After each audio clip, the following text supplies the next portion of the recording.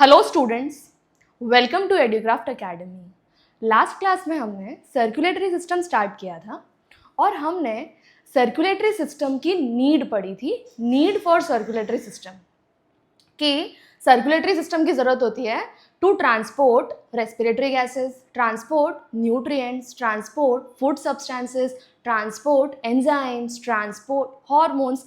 ये हम पढ़ चुके थे। अब आज हम पढ़ेंगे कि ये ट्रांसपोर्टेशन आखिर होता कैसे है, राइट? तो ट्रांसपोर्टेशन किस तरीके से होता है, तो इसके लिए सबसे पहले हमें पढ़ना होगा ऑर्गेनिजम्स के बारे में कि कौन से ऑर्गेनिजम्स होते हैं।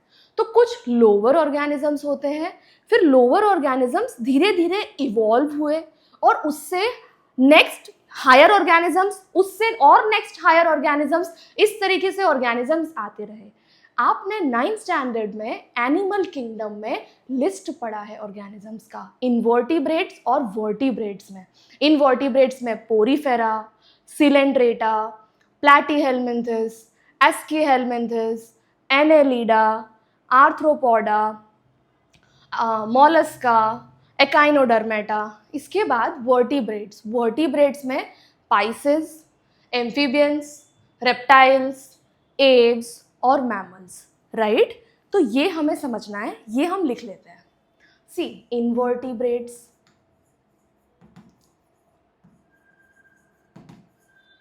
Vertebrates,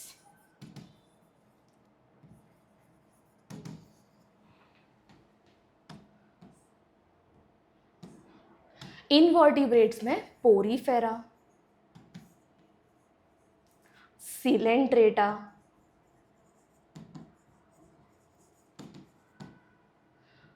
प्लैटीहेलमिन्थस,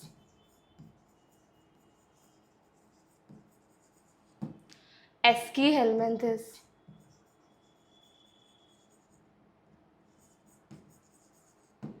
Annelida,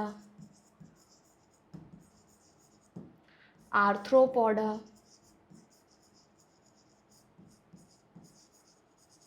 Mollusca, echinodermata.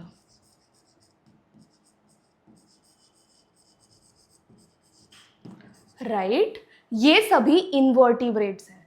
इसके बाद आते हैं वर्टिब्रेट्स। तो वर्टिब्रेट्स में आते हैं पाइसेस, एम्फीबियंस, रेप्टाइल्स, एव्स और मैमल्स। ठीक है? तो ये जो है ना स्टार्टिंग पोरीफेरा, ये सभी लोअर ऑर्गेनिजम्स हैं और धीरे धीरे next higher, next higher, next higher, higher organisms हैं। इसके अलावा आपको एक और टाइप ऑफ ऑर्गेनिज्म समझना होगा, यूनिसेल्यूलर ऑर्गेनिजम्स और मल्टीसेल्यूलर ऑर्गेनिजम्स। अब हमें ये समझना होगा कि ये सर्कुलेशन, ट्रांसपोर्टेशन होता कैसे है। तो ये होता है लोअर ऑर्गेनिजम्स में बाय डिफ्यूजन। एक बात समझो, लोअर ऑर्गेनिजम्स मतलब लोअर ऑर्गेनिजम्स, सिंपलर ऑर्गेनिजम्स में जो सर्कुलेशन है वो होता है बाय डिफ्यूजन। अब ये डिफ्यूजन क्या होता है?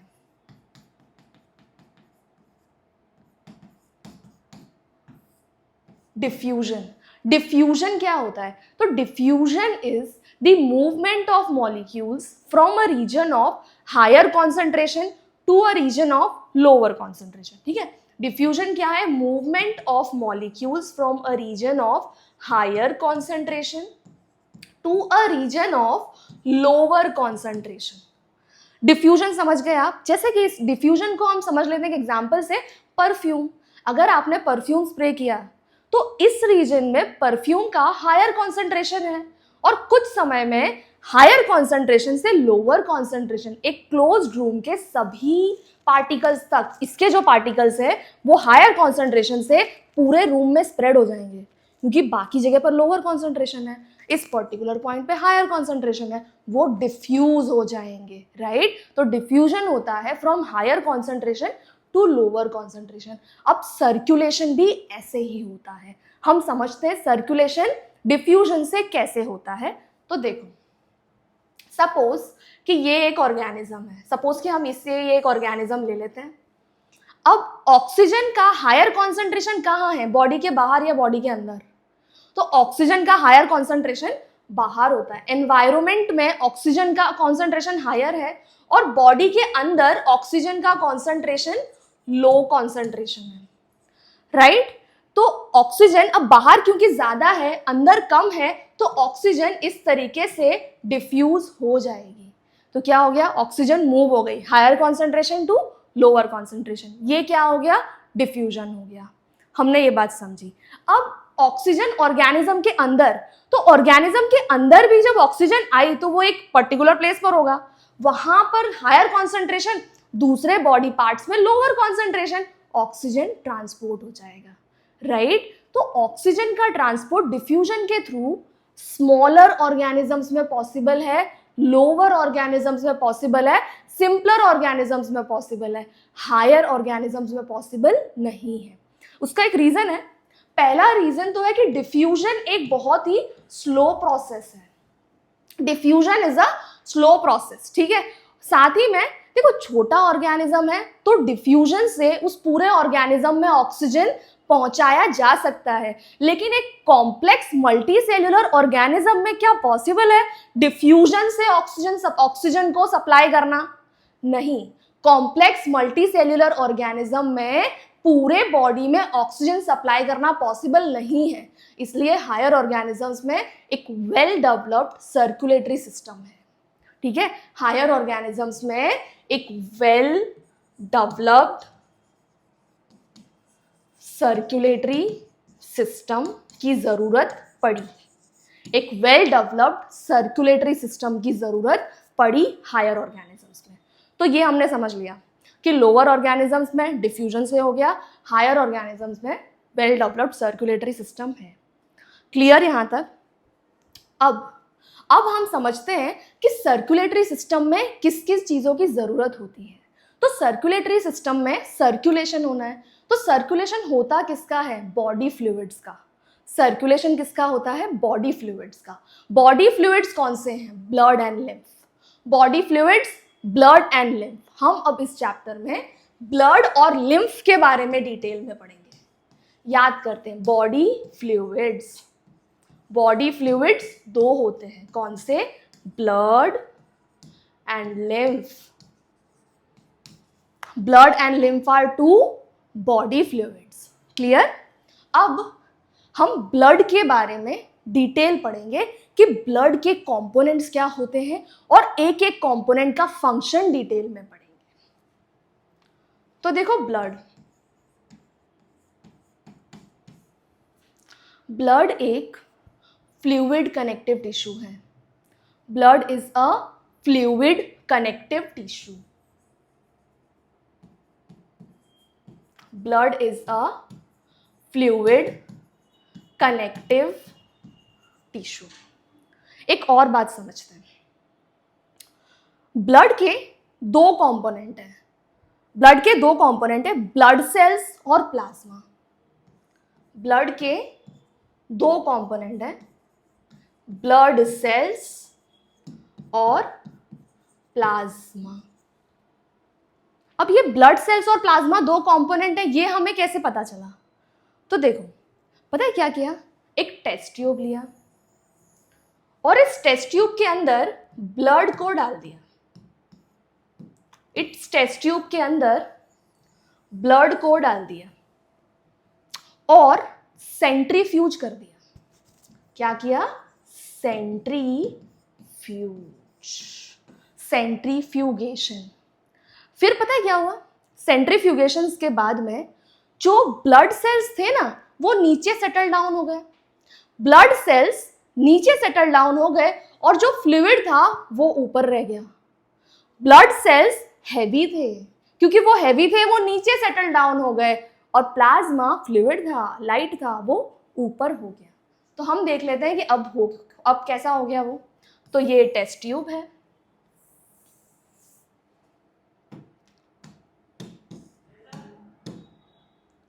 ये टेस्ट ट्यूब है। इस टेस्ट ट्यूब में जो ब्लड सेल्स थे वो नीचे सेटल हो गए। जो ब्लड सेल्स थे वो नीचे सेटल हो गए, ब्लड सेल्स नीचे सेटल हो गए और जो फ्लूइड था वो ऊपर आ गया सेंट्रीफ्यूगेशन के बाद, समझे? तो ब्लड लिया, सेंट्रीफ्यूज किया, जो ब्लड सेल्स थे वो नीचे सेटल हो गए और जो फ्लूइड था वो ऊपर आ गया। जो ऊपर फ्लूइड आया उसको क्या बोला? प्लाज्मा। जो नीचे सेटल हो गए उसको क्या बोला? ब्लड सेल्स बोला। क्लियर बात इतनी? हमें कैसे पता चला कि ब्लड में दो कंपोनेंट हैं, ब्लड सेल्स और प्लाज्मा। ठीक है, अब जो ब्लड सेल्स मिले वो 45% थे और प्लाज्मा 55% था।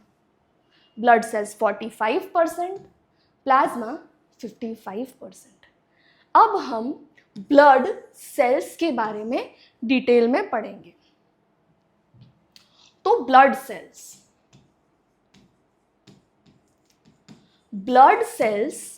3 टाइप के हैं, आरबीसी, डब्ल्यूबीसी और प्लेटलेट्स। आरबीसीज को रेड ब्लड सेल कहते हैं, आरबीसीज को रेड ब्लड सेल्स कहते हैं, डब्ल्यूबीसीज को वाइट ब्लड सेल्स कहते हैं और प्लेटलेट्स को थ्रोम्बोसाइट्स कहते हैं। Full form: red blood sales, white blood sales, thrombocytes. ठीक बात? अब देखो, आरबीसीज को एरिथ्रोसाइट्स भी कहते हैं। RBCs are also called as erythrocytes. क्यों आरबीसीज को एरिथ्रोसाइट्स क्यों कहते हैं? तो देखो, the term erythro means red. Erythro शब्द का मतलब होता है रेड, एरिथ्रो शब्द का मतलब होता है रेड, और साइट शब्द का मतलब होता है सेल्स। एरिथ्रो शब्द का मतलब होता है रेड, साइट शब्द का मतलब होता है सेल। तो एरिथ्रोसाइट क्या हो जाएंगे? Red blood cells. डब्ल्यूबीसीज are also called as leucocytes. क्यों? तो ल्यूको शब्द का मतलब होता है वाइट, ल्यूको शब्द का मतलब होता है वाइट, और साइट शब्द का मतलब होता है cells, white blood cells. Platelets को थ्रोम्बोसाइट्स कहते हैं। क्लियर बात? अब हम आरबीसीज, डब्ल्यूबीसीज और प्लेटलेट्स इन्हें डिटेल में पढ़ेंगे नेक्स्ट क्लास में। Thank you.